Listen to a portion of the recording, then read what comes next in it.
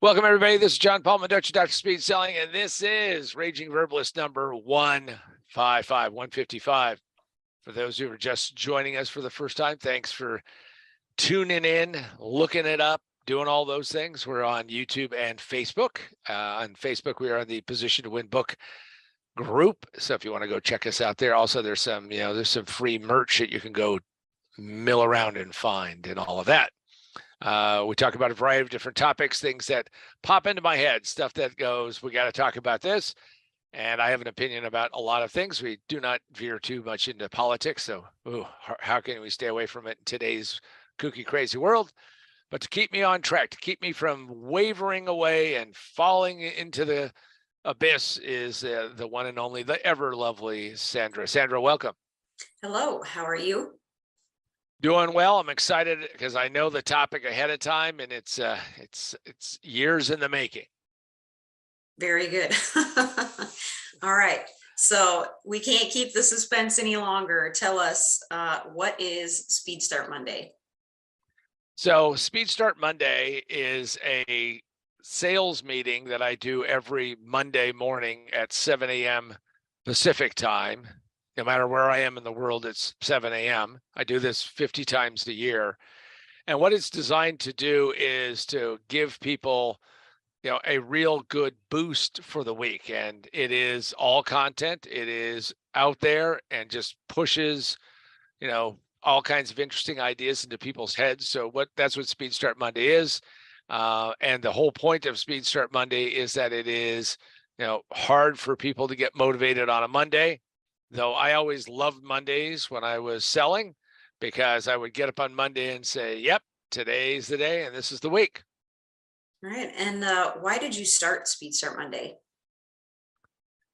So all those years ago, what happened is that I was, and right now we're working on, and what we're talking about today is we're going to, very soon in just a few weeks, and this is behind a paywall. So if anybody's saying, geez, I can't find it on YouTube. Well, you can't because it's not there. So it's on a paywall. By the way, there should be a link down below. If not, you can root around and find me and we'll get you on to SpeedStart Monday. Now, why I started in the first place is that I saw all these people who were doing, at the time, teleseminars, later webinars, and mostly it was a pitch fest to pitch you on the next thing. And I was disturbed by that, not because I'm opposed to selling something, obviously, but I was disturbed by that and irritated because nobody was really talking in depth about selling. And in fact, having collected lots and lots of books, well into hundreds of books on selling, going back to the 1850s is the earliest book I've got. And what it would be is that it would be this kind of, high level, fluffy stuff, everything is wonderful. No, nobody gets their, teeth kicked in or their head smashed in or something like that. Nobody gets any kind of bad objections or anything like that. And, I said, wait a second, people actually need a real sales meeting and real information and techniques. So I started it for that reason. And the other kind of push I got was the fact that, we'll talk about that in a second. All right. So explain a little further what gave you the push to do it. So I started out doing long form, and long form is not, Raging Verbalist is not long form. It's, whatever number of minutes we go, 20, 30, 40 minutes, whatever it is. But what I wanted to do is I wanted to do like hour and a half long programs. And what I decided that I needed to do was kind of learn how to do that. So I started kind of practicing and working on doing these things. And I did a program called 50 Fridays to Financial Freedom. I mean, what an alliteration. And I had a really good group of people on there, but I did it on Friday, because you couldn't do, 50 Thursdays or 50 Wednesdays or Tuesdays or what, but it was 50 Fridays. Anyway, two of the most stout members of that august group said, John, we really want to talk to you. And they said, here's the problem. We listen to this, we get all excited. It's Friday and we're just, all revved up and no place to go. I mean, what are we going to do on Friday afternoon? Everybody's shutting down. And it hit me that was probably not the most opportune time. Now, that was not aimed entirely at selling. It was aimed at other, topics about how to deal with financial circumstances and situations. So from that was born the concept of doing SpeedStart Monday, in which every Monday, 50 times a year, I would get on and talk about sales and sales issues and sales process and those things that make up what speed selling is. Right. And what lessons can people learn from your almost 19 years of presenting this? Well, I run into people all the time who will tell me, and whether it's a YouTube channel, Instagram, what TikTok, whatever you're going to do, is that people will come out and this, I think this has changed a little bit, but it used to be that somebody would come out and say, I'm going to do one of these every single week, or I'm going to put something out every single day. And and I look at them and I go, are you really? Are you going to be that disciplined? So what I can tell you that I think people can learn from my experience of almost 19 years. We don't want to jinx it, Murphy and everything. I got to make sure I eat my green vegetables and everything to make it all the way there. And that, by the way, that's January 3rd, 2023 is number 950. And what I think you can learn is that it is important to be consistent. So life is important if you are consistent. Consistency is a critical factor. Now, you can be as consistent as you want, like being consistently late and consistently not getting things done and consistently, but on the positive side, you have to be consistent in what you deliver. And more importantly, is you have to be disciplined. There's not a single, I wouldn't say, every week, but there's not, sometime in a month where I'm on the road or something's going on, or, I'm sitting in an odd location. I'm going, oh, I got to do SpeedStart Monday. Okay, you got to get my head wrapped around it. So what I can tell you is that if you want to do any kind of content, and anybody who's in selling at all, and I have a tendency to blur or obliterate the line between marketing and sales, and say that, it's all one and the same. It's all about advocating a position and convincing people to do other things. So I can tell you that one of the things you can learn is that if you want to build a platform for yourself, build a platform for yourself, and don't wait for somebody to give you some kind of validation. I was in, for a short period of time, National Speakers Association. Was not for me. And I had a coach, and she was great. I liked her a lot.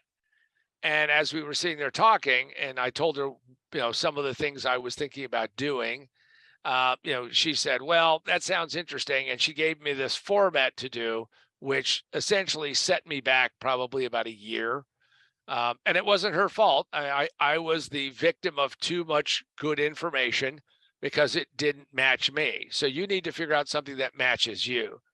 And what I realized is that from doing this for all these years, is that not only do you have to be disciplined, not only do you have to be consistent, but you always have to be working towards developing the material, developing this, and pushing yourself and pushing yourself and pushing yourself. Because at the core, we all have an unlimited opportunity to innovate in marketing and sales. I just happen to talk about it every week, and I'm coming up on doing it 950 times.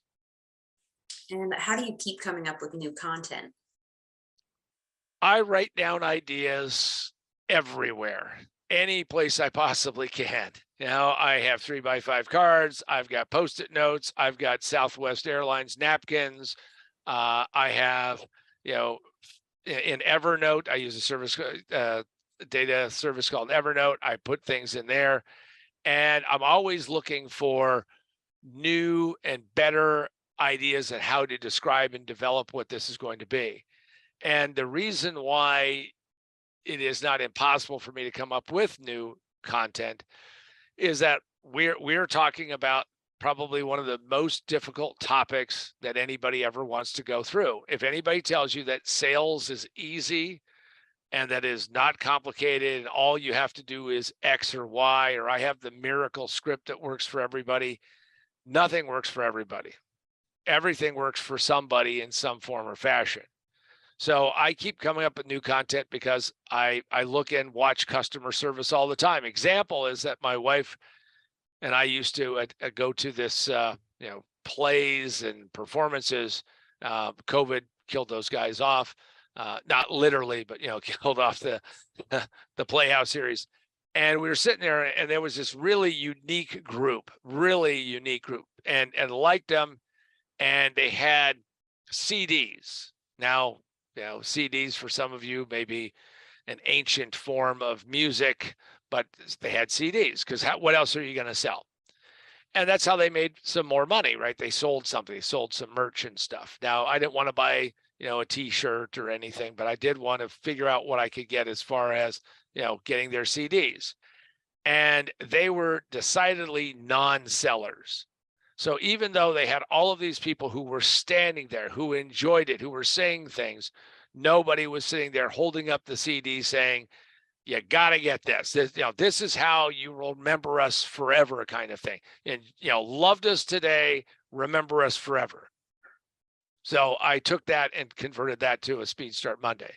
Now, when I started working on SpeedStart Monday, I started gathering more and more information and more data. And over the years, many years, people would say, John, you ought to write a book. Well, of course, with the help of a great business partner and co-conspirator and co-author, we actually got a book done. And let me tell you that you can buy this. It's just in time for Christmas. And it is, most businesses fail in the first 5 minutes. It just takes them 3 to 5 years to realize it, position to win. This is available in both digital and physical. You can buy it through Amazon, Barnes & Noble, Books A Million, and physical. You can also buy it digitally for Kindle, Nook, and Apple iBooks. Also, you can go to the positiontowinbook.com, and you can, of course, pick it up there. And then, the other thing that you can pick up, so that's that book. The other book is Remote Work for a Better World. So if you ever want to figure out how to do, remote better, because now there's lots of talk about how remote didn't work. Well, it wasn't that it didn't work, it's because people did a really poor job. So go check that out. And also there should be a link below for going and figuring out if you want to join SpeedStart Monday. I can tell you that if you are serious about selling, if you know that your life is about selling and advocating a position and convincing people to do things, that you will get a vast amount of information. We record 100% of them and make many of those available on our website, so you can go back and listen to your heart's content. All right, Sandra, what do we have next? All right. What were some of the craziest episodes and locations? Well, a couple popped to mind. Probably one of the craziest locations is that I was with a client and we happened to go to this event because he said, I need to go to this event and can you support me and help me, which I ended up going on stage with him. So that's a whole interesting thing.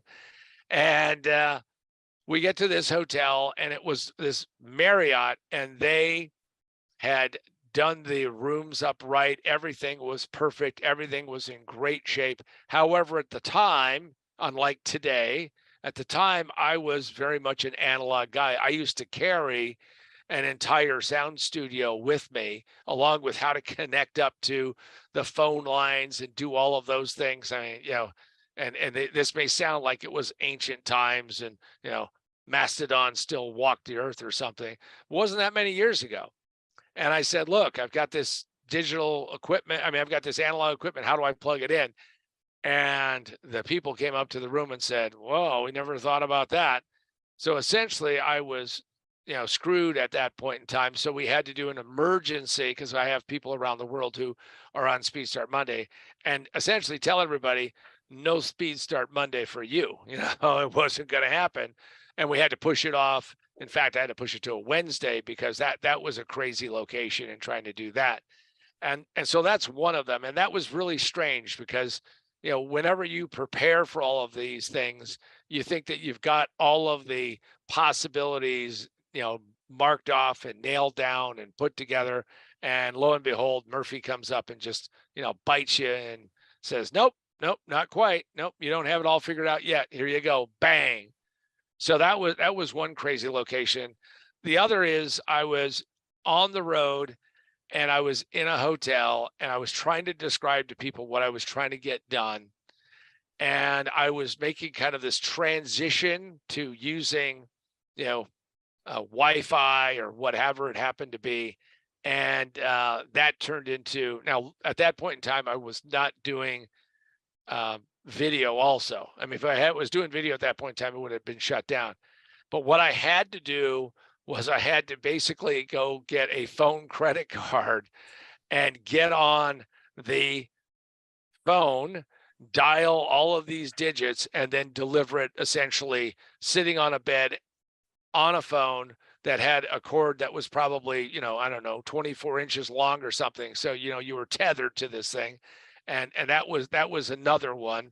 And that was a real pain in the neck because when you're delivering 60 minutes of content, which is really what it's designed to do, from the moment I say, I start off and do the introduction of SpeedStart Monday until we get to questions and answers, I've got this thing called a clock timer, and I always, always, always drive to do an hour's worth of content and cover that. So those were two that stand out, and absolutely some crazy stuff. The probably the oddest one is I was staying at a friend's house.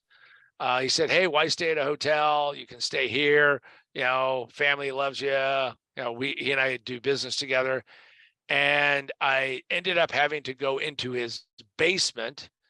And what I found out is that his son, who was learning bass, not, like electric guitar bass, was going to have a lesson. So I had to explain to them that we could not have this sound of, dun, dun, dun, dun, dun, dun. And he kept, and I said, cannot do that. So that was probably the craziest. And, it worked out, but it was definitely just nutty because, here I am in their basement, and it is like, it was like a decked out basement. It was a basement in the Midwest. So that was probably the craziest one. All right. What are the technical difficulties of producing a show like this?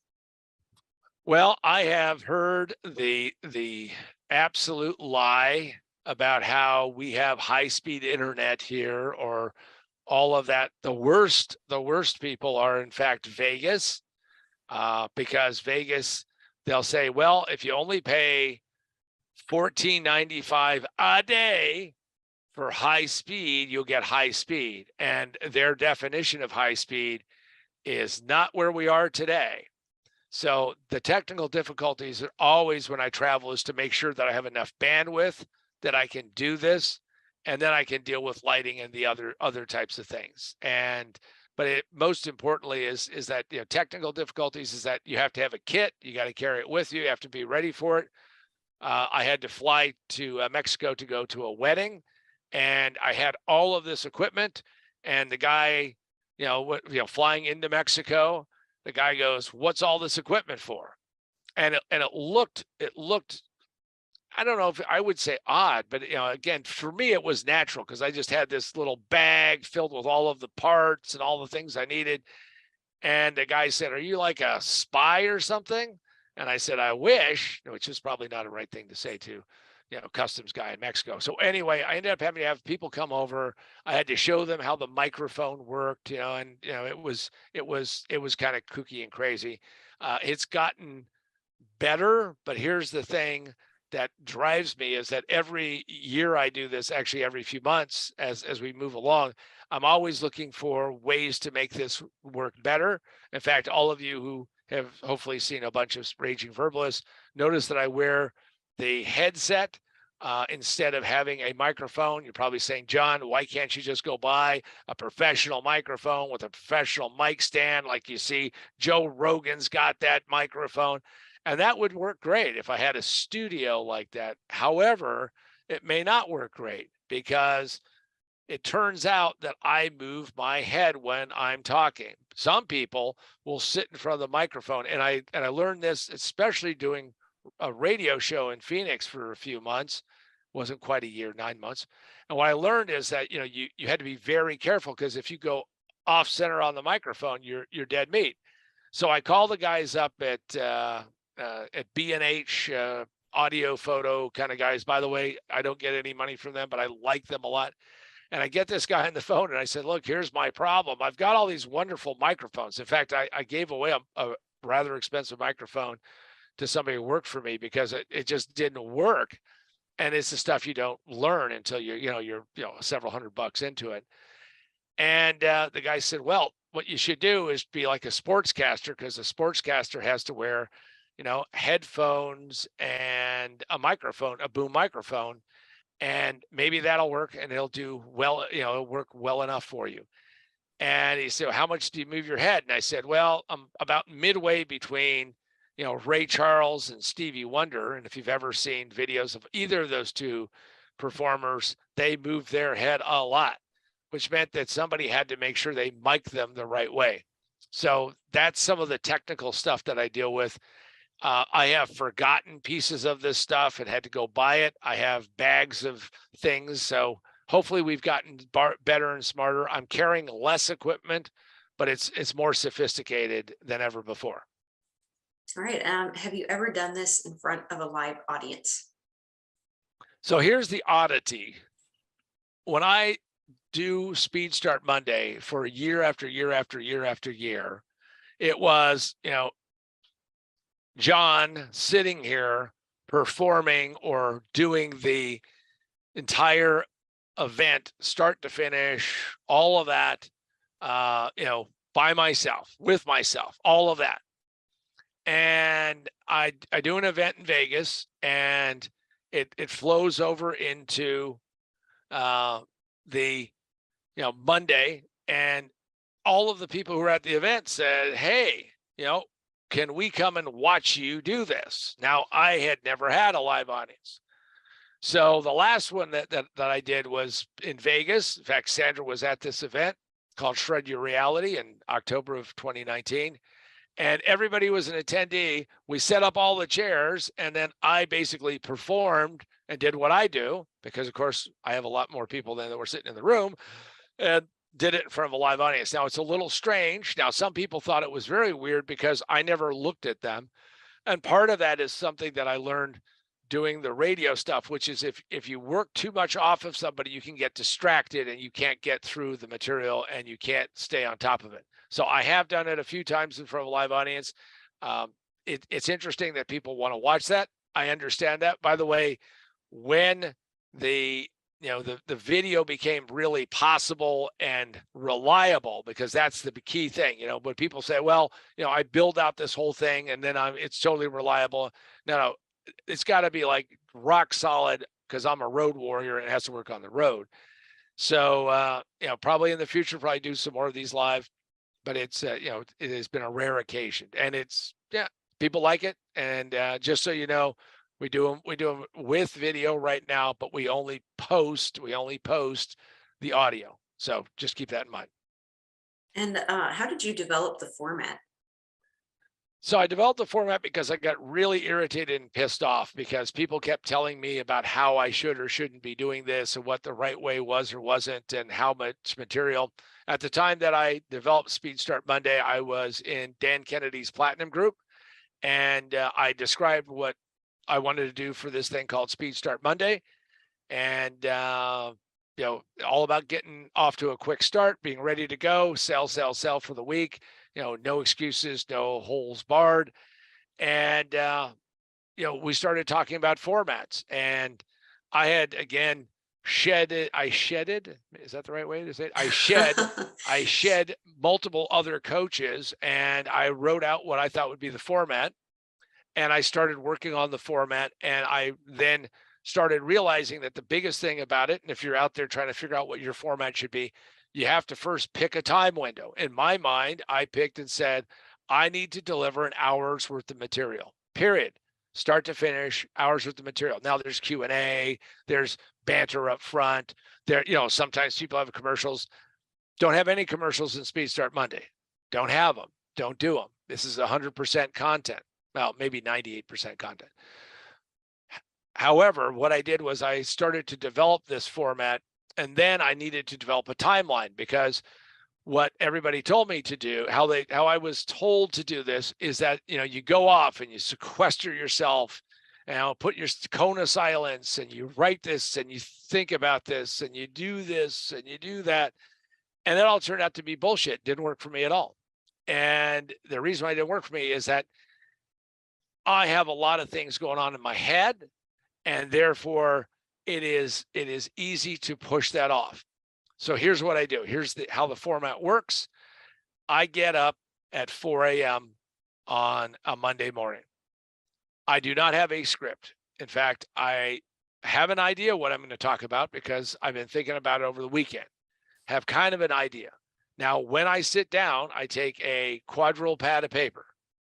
And with that quadrille pad of paper, I write the episode number and the date. And then what I do is I write like the wind, and I go through and I put together, and it is just text. If you looked at it, it's a one-pager now. And this is why when people say, well, can I see what the script looks like? It would make little sense to you.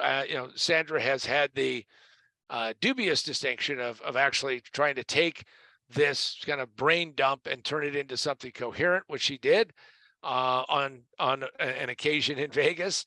And it is a mass of information that I get out of my head. There is no practice. There is no rehearsal. Start at about 4:30. It's got to be done by about 6:45, 6:50 at the latest, because then I go live.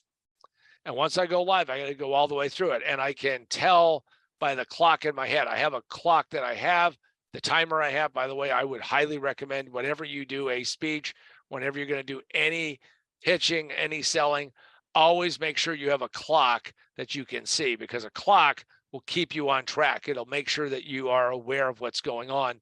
I have that right now just out of your line of sight, but I know where I'm at. And I developed that format, and that format has worked for me for several hundred of these. It evolved over time. And the most important aspect of it is that you need to cue yourself up for coming up with stories. And that means that if you have a story that what you want to do, and some people have to write out the story meticulously, Jack and Jill went to buy a car. I mean, they have to do it that way. Usually it doesn't sound as conversational as it needs to, and it doesn't work the way they want to do it. So I developed that format, and it works for me. So I start at 4 a.m. and I'm done by 8:30, 9 o'clock, the latest, if we have a lot of questions, a lot of live participation, and then it's done. And then it goes off to post-production. People ask me, John, do you go back and listen to it? And if there's a mistake, what happens? Well, if there's a mistake, it's production. Now, part of coming on it live is that you'll actually hear, because it's live. I mean, the thing that I find kind of humorous, not that humorous, but the thing that kind of happens is that I'll screw up the introduction, even though I've delivered it now, hundreds and hundreds of times. So that's how I developed the format. My suggestion, and by the way, I have two other things I do every week. I do the Raging Verbalist. I also do a thing called Turnaround Engine Network. And I can tell you that each of them is done differently. And you have to think in terms of producing a show and producing content. And I can tell you that a lot of salespeople don't think of themselves as producing that content and producing those things. And those are the people who I believe are not going to be as successful as they should be. Long before I ever got into this business, I was selling high tech, and I would actually go out and do for clients. Now, some people would go out and do sales presentations, and they would be very dry and boring. And the audience would be looking out going, I hope, how many slides are left? I hope this is going to end. And there was a thing called death by PowerPoint, which I saw people do. The last thing you want to do is have the audience praying, hoping that the meteorite hits the building and finally kills this guy and we can get out of here. That's not what you want to do. You want to make it very conversational and drive it home. So that's how I developed the format, and it has worked well for me. And in fact, I carry it with me, and away we go. Little sad side note is that I had a whole bunch of mind maps that I had developed, which are really cool, integrated or intricate. And some asshole broke into a car in Connecticut and stole my bag. And I don't know what they would do with those. I mean, they got the laptop, but I wish I would have had a way to get those back, but they're in the wind. All right. And out of all this time doing SpeedStart Monday, what surprises you the most? Thing that surprises me is that people, I'm talking about humans in general, don't take selling as seriously as they should. And again, I'm talking to people who are entrepreneurs and people who have the title of sales professional or whatever you want to call it, or is that they just don't take it seriously enough. And this is so important because we need to do a lot of work ahead of time. So when we get to the end and we have to actually go out and sell to somebody, that we're ready to go. You should be so prepared that if somebody wakes you up at 2 a.m, you can start to deliver your pitch. And you should learn how to reflexively remember these things. Now, you don't want to be so staid or so inflexible that it sounds like you're always doing a pitch. But what you want to do is you want to be able to deliver that without any hesitation. So the thing that surprises me the most on an ongoing basis is that people don't take it seriously enough. And my suggestion to each and every one of you is to do that. Now, you're always going to be tested. You're always going to be out there saying, geez, this should go easier. This should go better. How come it's not doing what I want it to do? Why? Well, put in more energy and effort and learn how to do it better. Because if you get better at it, you'll see better results. And this shouldn't be measured in, can I learn how to sell in, 30 minutes? Or they go, John, you call it speed selling, but how do I accelerate this? Had a software guy came up to me and said, John, it takes about 9 to 12 months to sell a customer. How can I trim that to 3 months? And I said, well, if the cycle itself, just because of budgeting, size of package, all the things you have to do is 9 months, what you have to do under speed selling is you either got to figure out a way to compress it. But if you can't compress it, then what you have to do is you have to figure out how to only do what you have to do. In other words, decontent the labor and find those important points where you have to put in a full burst of energy. Sold the largest deal I ever sold in my life as a bag carrying salesperson, not in owning businesses, not as a manager, but being that point person. And it took us 30 months from when I took over the account until we got the big deal. During that period of time, my competitor got totally burned out. They were the people who essentially wrote the specification, which we beat. But instead of being a marathon, they thought it was a sprint. Find the rhythm and cycle, the timing of what you're going to do. And when you figure out what that is, then what you can do is you can figure out how to do it better, how to do it sharper, how to be more articulate, how to take care of the customers so the customer believes that they're the only customer out there. All of that requires you to become incredibly good at what you do. If you're not going to be really good at selling, my suggestion is go out and do something else. There's a lot of easier things you can do. The reality is, though, that there is nothing that has such a high ceiling, an almost infinite ceiling, but I wouldn't say infinite because there's always those barriers that you run into, but have an amazing upside potential. Now, the problem is that it has no floor either. So you are in space and you're either going up or you're going down. And the point of having SpeedStart Monday is every week is to find one thing, 2 things, maybe 3, but to find something that you can take and apply and utilize for that week. Now, there's a lot of data that I put down there, but I always follow a very simple but direct way to think about this. Peter Drucker said, you have data, which gets converted to information, and then over a course of time gets forged into knowledge. My goal, as always, when I do SpeedStart Monday, is how do I impart the knowledge that I have learned, but how do I translate it so it's data that's acceptable because this transitionary process of data information to knowledge is only possible for you to do by yourself. You have to do it by yourself. SpeedStart Monday is the catalyst. So every week, 1 hour, 2 hours max, 2 hours out of 168 hours in a week that you can become better and stronger and more capable than ever before. So I look forward to some of you hopefully will come and join me for number 950, because it's always a special occasion when we hit that 50 mark of that annual anniversary, maybe a couple special guests or two. But I also want to thank you for joining me today, and hopefully you've gotten something out of this. Hopefully you're going to be planting that seed so you can grow that tree. So 10 or 20 or 30 years from now, people will say, how did you do that? And you may say, I got this idea sparked by the Raging Verbalist. So I'm John Paul Mendocha, Dr. SpeedSelling. And for myself and the ever lovely Sandra, thanks for joining the Raging Verbalist. Hit the like, hit the subscribe, hit the notification, go to our Facebook site, go to positiontowinbook.com, do all those things. But more importantly, go out there and sell like your life depended upon it, because it does.